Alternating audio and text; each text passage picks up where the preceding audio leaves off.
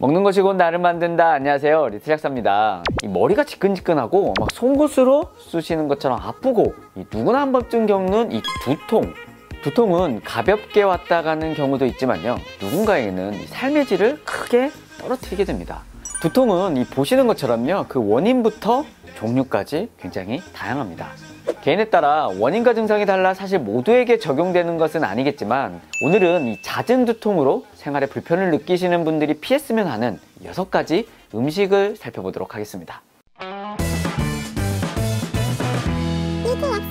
두통을 일으키는 음식 첫 번째, 도시락, 햄버거, 라면 등 이 MSG가 들어간 음식입니다. MSG는 특정 사람들에게서 두통을 유발할 가능성이 있다고 합니다. 일단 이 MSG, 이 감칠맛을 나타내는 글루탐산에 물에 잘 녹을 수 있도록 나트륨을 결합시킨 글루탐산 나트륨입니다. 또한 MSG의 글루타메이트는 우리 몸에서 자연 발생하는 아미노산인데요, 하루에 약 50g의 프리 글루타메이트가 생산된다고 합니다. 글루타메이트는 흥분성 신경 전달 물질로서 신경세포를 자극하고 운동이나 학습, 기억 및 사고 표현 같은 다양한 기능을 담당하는데요, 억제성 신경 전달 물질인 이 가바와의 균형이 매우 중요합니다. 만약 이 균형이 깨지고 글루타메이트가 많아지게 되면 강박이라든지 과잉 행동장애, 불면, 불안, 두통, 이 만성피로까지 다양한 신경학적 증상을 나타내기도 합니다. 특히 해독대사가 잘 안 되고요, 다양한 독소에 이미 노출되어 있는 분들, 이 스트레스가 많은 분들은요, 이미 글루타메이트의 신호가 증가되어 있을 가능성이 높습니다. 즉, 글루타메이트에 굉장히 예민하게 된다. 이런 분들이 MSG가 많은 음식을 먹게 되면 체내 글루타메이트 농도는 당연히 더 증가될 것이고, 축적이 되면서 가바와의 균형이 깨지게 되는 겁니다. 결국 우리 몸은 쉽게 흥분 상태가 되고요, 두통이나 경련, 불안 등의 증상이 나타날 수 있게 되는 거죠. 실제로 세팔라지에 실린 논문을 보면요, 이 음식 알러지도 없고 위장도 건강하고 고혈압도 없는 사람을 대상으로 MSG가 첨가된 무가당 레몬소다를 마시게 했습니다. 그랬더니 57%의 참가자들에게서 타액에서 글루타메이트의 농도도 높았고 혈압도 상승했고 두통도 일으켰다, 이런 결과도 있었습니다. 물론 MSG는 전문가들 사이에서도 유해하다 아니다 이런 갑론을박이 치열합니다. FDA에서는 이 MSG가 일반적으로는 안전하다라는 이 클래스 등급을 부여했고요, 우리나라 식약처도 식품 첨가물로 평생 먹어도 안전하다 이렇게 발표를 했었죠. 그러나 저는 이 MSG가 몸에 좋다 나쁘다를 지금 논하는 것은 아닙니다. MSG 그 자체는 일부 사람들에게 글루타메이트를 증가시킬 수 있기 때문에 두통을 유발하는 음식이 될 수 있다라는 거죠.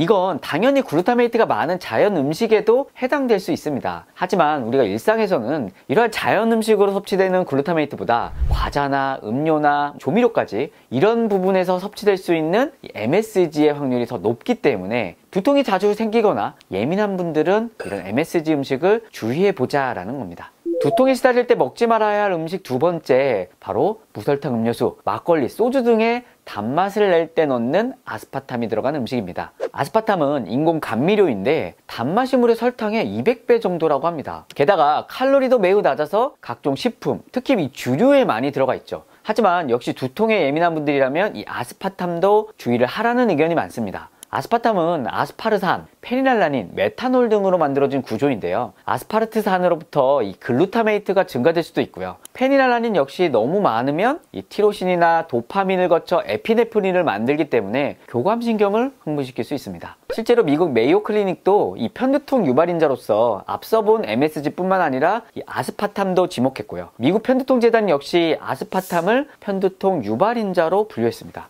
물론 아스파탐 역시 MSG처럼 유해성의 논란은 분명히 있습니다. 아스파탐이 뇌신경학적 문제를 일으킨다라는 논문들도 있고 또 그렇지 않다라는 논문들도 있다. 어느 부분이 맞느냐는 좀 더 연구가 필요하겠지만, 분명한 것은 개개인마다 감수성이 다르고 역치가 다르기 때문에 당장 내가 지금 머리가 아파서 힘들다면 논란이 있는 식품 첨가물을 주의해도 나쁠 게 없다, 이렇게 생각합니다. 두통이 시달릴 때 먹지 말아야 할 음식 세 번째, 빵, 시리얼, 파스타 등 글루텐이 들어간 밀가루 음식들입니다. 자, 이 글루텐 주로 밀가루에 있는 단백질이라 말씀드렸는데요, 이 단백질은요, 소장을 통해 일부 흡수될 수 있고 혈액안에서 여러가지 면역 반응을 일으키고 염증성 사이토카인을 증가한다라고 알려져 있습니다. 특히 글루텐의 대사물질인 글리아딘 단백질은 소장 장벽을 열어서 이 장누수를 유발할 수 있고, 이 장누수로 인해 염증과 면역 반응, 그리고 신경학적 문제를 일으킬 수 있습니다. 그래서 장 환경이 좋지 않거나 나쁜 사람들은요, 밀가루 음식을 먹었을 때 두통을 자주 겪을 가능성이 높을 수 있다. 실제로 헤드에크에 실린 논문을 보면요, 셀리악병 환자나 염증성 장질환, 또 글루텐 과민 환자들은 심각한 두통을 앓을 확률이 높았다라고 합니다. 따라서 장이 안 좋고 두통을 자주 앓는 사람들은 빵이나 파스타 같은 글루텐 식품을 줄여보시는 게 좋겠습니다.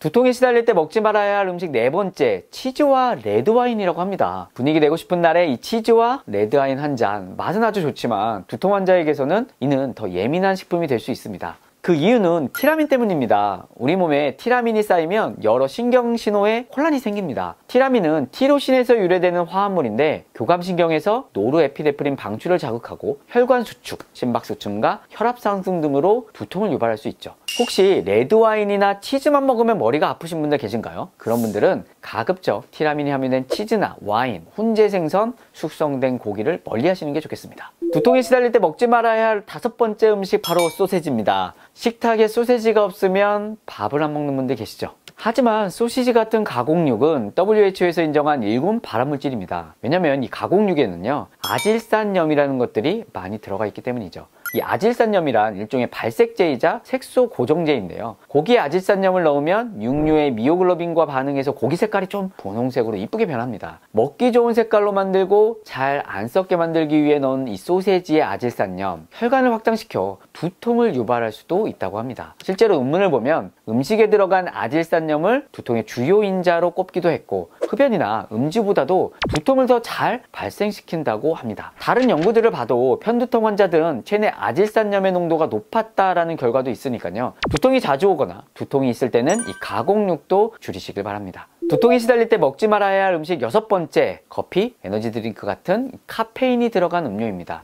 잠깐, 나는 두통이 있을 때 오히려 커피를 마시면 잠깐 좋아지던데? 이런 분들도 있으시죠? 두통은요, 혈관이 수축됐다가 과팽창되면서 뇌 주변의 조직을 누르게 되면서 통증을 유발하게 되는 겁니다. 카페인이 혈관을 일시적으로 수축시키기 때문에 커피를 마시면 편두통이 사라진다라고 느끼는 겁니다. 하지만 카페인의 효과가 줄어들게 되면요, 반동성이 와서 좁아졌던 혈관이 확 넓어지게 되고 더 큰 두통이 올 수 있습니다. 이런 걸 바로 카페인 중독에 의한 두통이라고 합니다. 또한 일부 진통제 중에서도요, 이 카페인을 넣은 제품들이 있습니다. 이러한 카페인이 들어간 진통제를 많이 드시게 되면 반대로 또 오히려 약물에 의한 두통이 심해질 수 있는 거죠. 따라서 이 카페인이 들어간 진통제는요, 일주일에 2번 이하로, 한 달에 8번 이하로만 드시는 게 좋겠습니다.